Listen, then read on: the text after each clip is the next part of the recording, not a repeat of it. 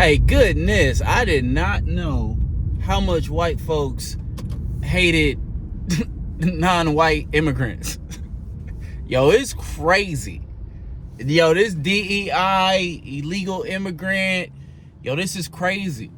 It's so crazy because, like, Elon Musk came here as an illegal immigrant and now he's the richest man in the world. It's like, bro, like,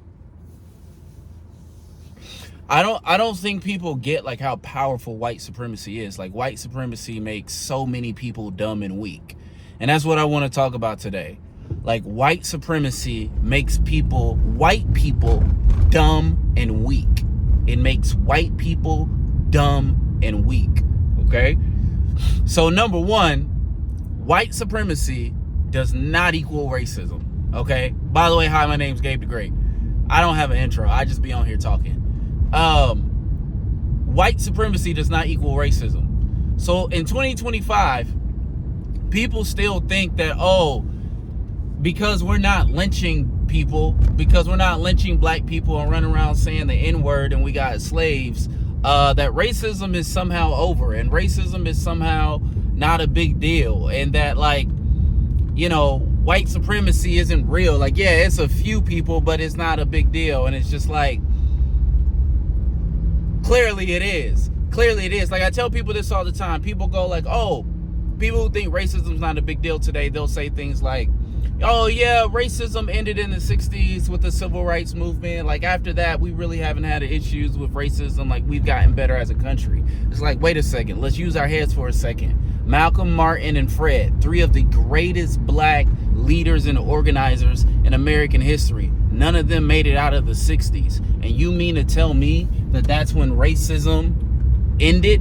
Racism ended in the decade that Malcolm, Martin, and Fred got assassinated by the United States government. That's when we got rid of racism and white supremacy in the United States of America. Like, shut the actual fuck up. You sound like an idiot, right? But this is what I've been saying. I said this on this channel and other channels. Like, America is one big cognitive dissonance project. Like, it's one big mass mind control. And the way they do it has been through white supremacy. It's been this idea of whiteness, right? The whole reason why, if you're a poor, the reason why you're called white is so that we will not unite together against the ruling class. It's just that fucking simple. Less than 75% of white people could vote at this country's founding.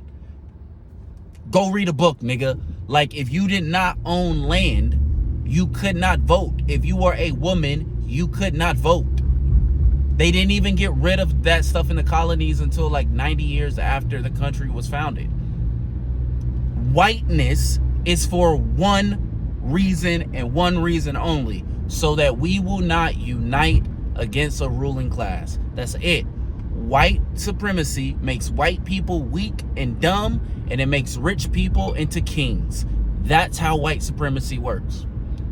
If you are a poor white person, if you are a middle class white person, which the middle class is done. So if you are a poor white person, you have nothing in common with a wealthy white person. Nothing, bro. You have nothing in common with a wealthy white person. They do not give a fuck about you. They just want your votes and your money. That's it, bro. They want your votes and your money. The purpose of white supremacy is to strip a large class of people of their money and their identity and their rights. But it's not black people. It's not black people. White, black people and non-white people are the pawns of white supremacy. We are the pawns of white supremacy. The real game of white supremacy is to deceive a large population of white people so they won't unite with the non-white people and get themselves some rights, right? Like, white supremacy in the end makes the majority of white people weak and dumb. Think about this on a logical perspective, okay? If white supremacy automatically says white people on top, black people on bottom, or non-white people on bottom, and white supremacy builds a society that makes it difficult for black people to have the same level of humanity than white people, then if a black person achieves the same level of humanity, that black person is stronger than the average white person. Okay? Very simple. If I require you to do, a white person to do 5 push-ups to get into a class, and I require a black person to do 15 push-ups to get into the same class, the black person is going to be stronger than the white person in the class. That's how white supremacy works. White supremacy makes the majority of white people weak and dumb, and it forces non-white people. You hear non-white people, particularly in the black community, we talk about this all the time. You got to do twice as much to get half as much back. Right? You got to do twice as much to get half of what they got. Right? Like that's a saying that we say in the black community to express, like, yo, we have to be stronger. Like a lot of people know, like, I'm studying for the bar. Like, I didn't go to law school right now, and I'm studying for the bar, and I fully expect to pass the bar. And the reason being is, I tell people, like, people go like, well, how did you learn law? I learned law from white supremacy. Listen, as a black man, I knew one thing. As a black boy growing up, I had one motto in life: avoid the courtroom. Avoid the courtroom, because it does not matter how smart you are. It does not matter how intelligent you are. It doesn't matter what the facts say. It doesn't matter what the evidence says. White supremacy has taught me as a black person that in the courtroom, there's no hope for you. Like, people forget, like, the KKK, they are the scapegoats of white people. They are the poor scapegoats of white people. The KKK has never been a big issue when it comes to, like, white supremacy and racism. They've never been a big issue. White supremacy happens in the courtroom. That's where white supremacy happens. White supremacy happens in a Emmett Till case. White supremacy happens when a black man gets the death sentence without a trial. White supremacy happens when an innocent man stays in jail 20, 30, 40 years, and he could have been exonerated the second they picked him up. That's white supremacy. So as a black boy, my entire life, avoid the courtroom, Gabe. Whatever you do, avoid the courtroom. It's why I didn't get into drugs. It's why I didn't. All my friends, everybody I grew up with, like, they all was affiliated. I didn't start smoking weed till I became 18. Why? The courtroom. The courtroom. I knew I was intelligent. I knew I was smart. I knew I could talk. But I knew if I got into that courtroom and in front of a judge and I'm black, I don't care what y'all say. I don't care what white people tell me about America. Right?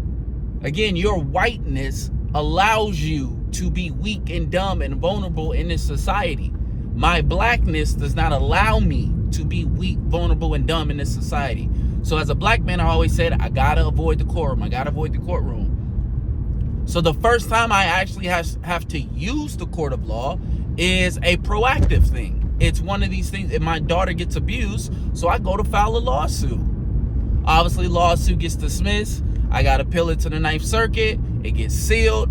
But then I get retaliated against in the courtroom. I get my kids taken from me because the judge was literally, this is in 2024, guys. The judge was literally an attorney for the school district that I'm suing.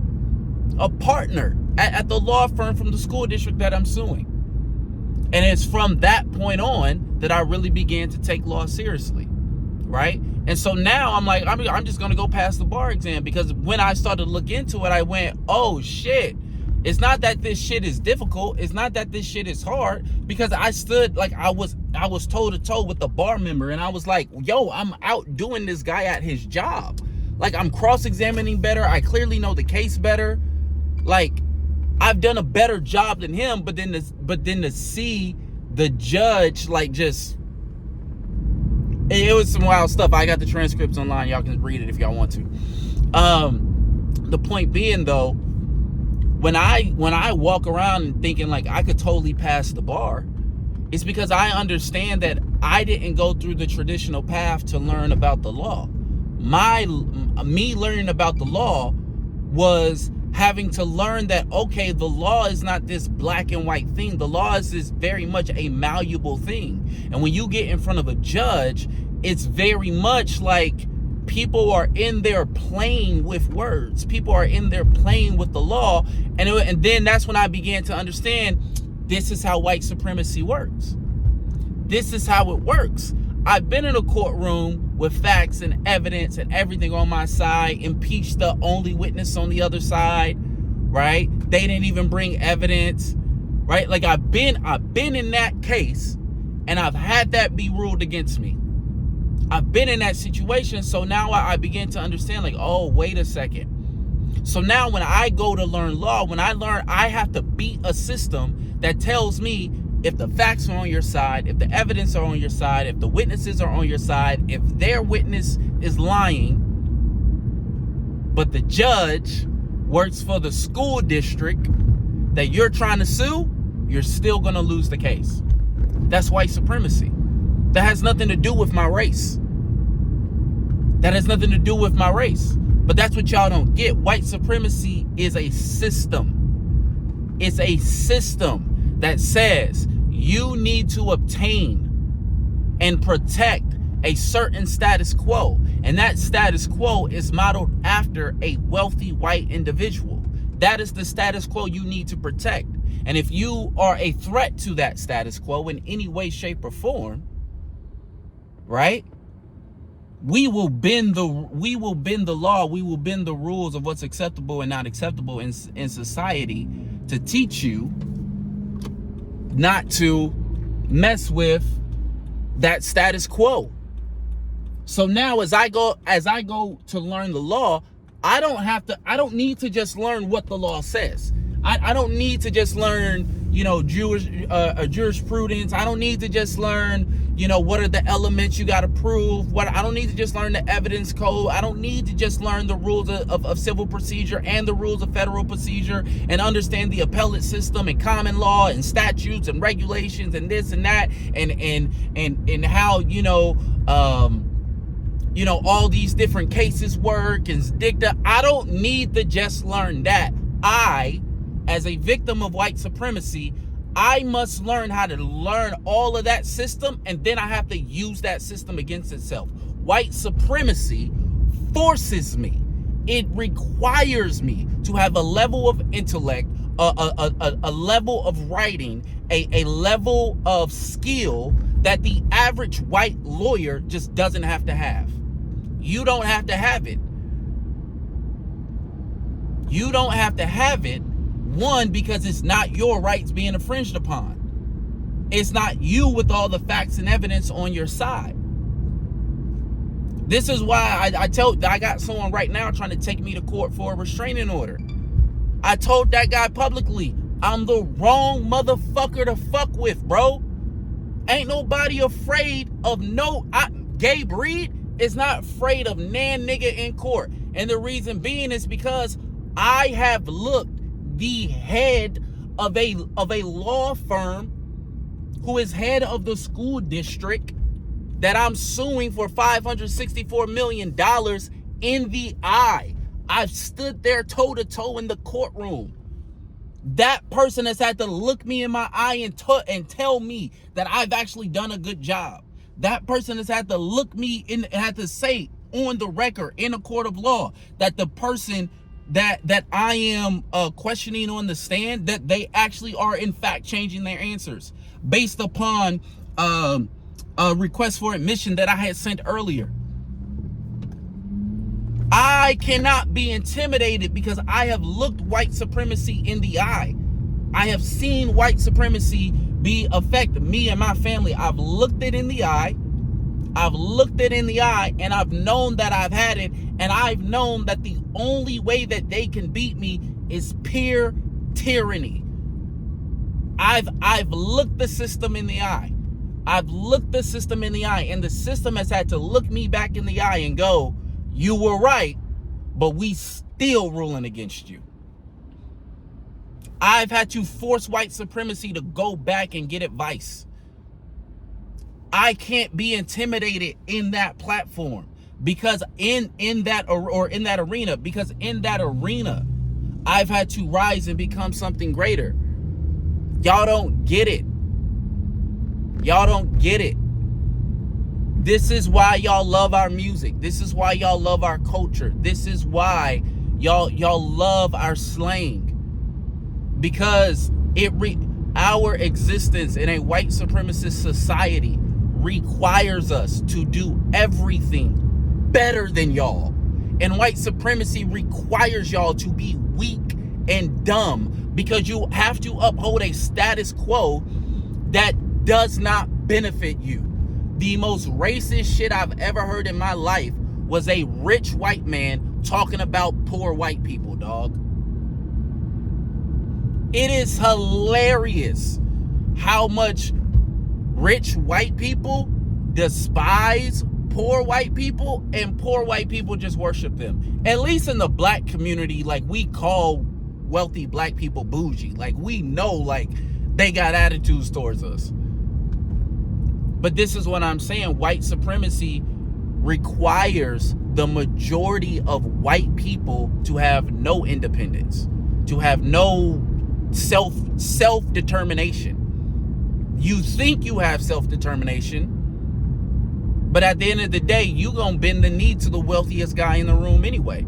At the end of the day, you gonna bend the knee to the most popular guy in the room anyway. You're gonna follow that guy. Wherein white supremacy has taught all black men and all black women, hey, you gotta be an individual. You can be an individual, and you have to assert your individual rights. Whatever little they give you, you gotta make $1 out of 15 cents. If they give you 15, you don't have a choice. You gotta make $1. You gotta make $1. There is no, like, bro, I was talking about it with one of my homeboys. This is an anecdotal story, but we were talking about this. I'm 35, he's 39. And we both kind of going through a hard time right now because of the economy. I had to downsize my living situation. He's finding him a spot right now. And we were just talking about how, like, bro, like, at no point did either one of us think about giving up. Like, at no point did that, like, cross my mind. Like, at no point was a nigga not gonna have a job. At no point was a nigga not gonna bring paper in somehow. Like, you know what I'm saying? Like, at no point. And we were just talking about how, like, we know all these, like, white men in their 30s who have just, like, given up on life because their parents cut them off. And we just be like, yo, like, why? Like, that there's so many like that. Like, that's the other thing about white supremacy. White supremacy gives you this proxy of white maleness. White supremacy gives you this proxy of white maleness that's rich and racist. And nah, bro, the average white man is hurting. The average white man ain't doing good, bro. The average white man is down on his luck. The average white man don't feel great about who he is as a man, bro. I'm telling you. I live in a this city I live in is 98% white. I drive a taxi. I see every area of life. I see from the rich guy in the mansion I got to pick up to take to the airport to some business meeting, to the homeless guy who can afford to pay me to get down the street. Bro, I'm telling you. I'm telling you. It's anecdotal. The average white man ain't this well-to-do, in shape, look good, you know, white man that got racist white man that got the average white man. His life ain't, he don't feel great about where he is in society right now. And a lot of those guys, they give up. And they give up because they are weak. Because white supremacy requires them to be weak. Your whiteness requires you to be weak because you have to uphold a system that was never put in place for you. My existence requires me to rebel against that system. My existence as a black person, because y'all label me black, it requires me.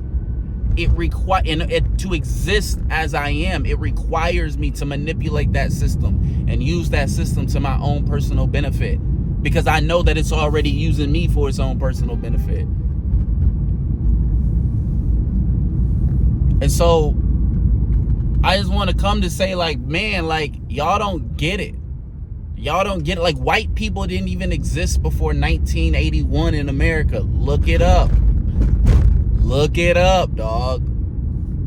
So It's been really interesting to see, man. Like, y'all don't get it in the end. Y'all can rage against DEI, y'all can rage against illegal immigrants, y'all can rage against, like, bro, fam, okay, dog. I read, bro, what are y'all doing, dog? I hate students, dog.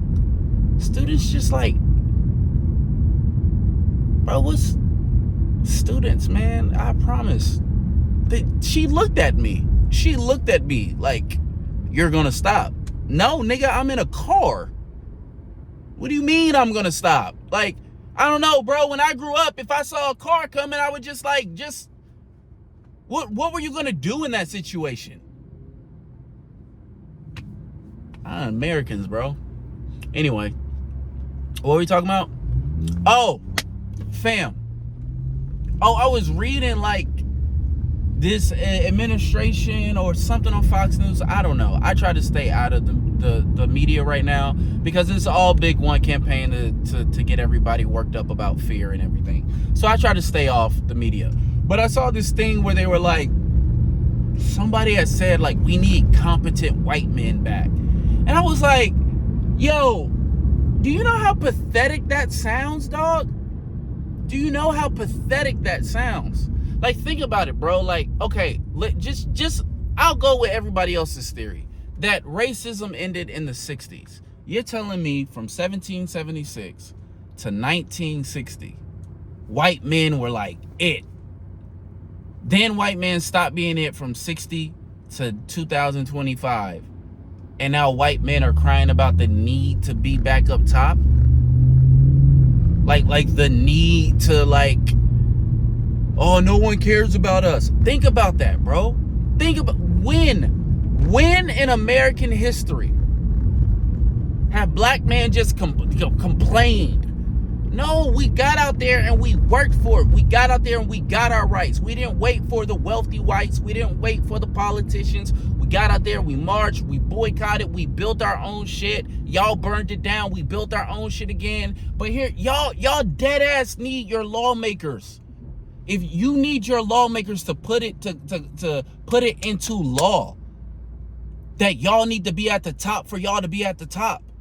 Y'all can't compete on a level playing field, and that's because of white supremacy. White supremacy gives you this bullshit idea that America belongs to one race of people. White supremacy gives you this bullshit idea that you are entitled to some shit. No, motherfucker, you put your pants on one leg at a time just like me. You not entitled to shit. If I'm better than you at something, I should get that shit. And if you force me to live in a society that requires me to be twice as good as most people around me, guess what? I deserve that shit, nigga. I deserve that shit. And so if we take down the walls of white supremacy, if we take down those structures and you can't compete, too bad, bitch, nigga, get your weight up. Get your weight up. Because I learned law from white supremacy, bro. I learned how to survive by white supremacy. I learned how to be strong. I learned how to self-actualize. I learned how to be intelligent. I learned how to read. I learned how to write, all while surviving white supremacy. Meanwhile, that same white supremacist structure told you your life was going to be a certain way, and when it wasn't, you didn't know how to deal with it.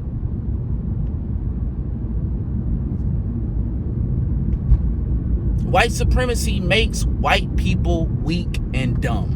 It's the majority of white people weak and dumb. It's just that black and white. That's why I don't get pressed by it. I don't get pressed by a racist, bro. I don't get pressed by a white supremacist. I don't get pressed by them. Your wife is sexually more attracted to me than you, bro.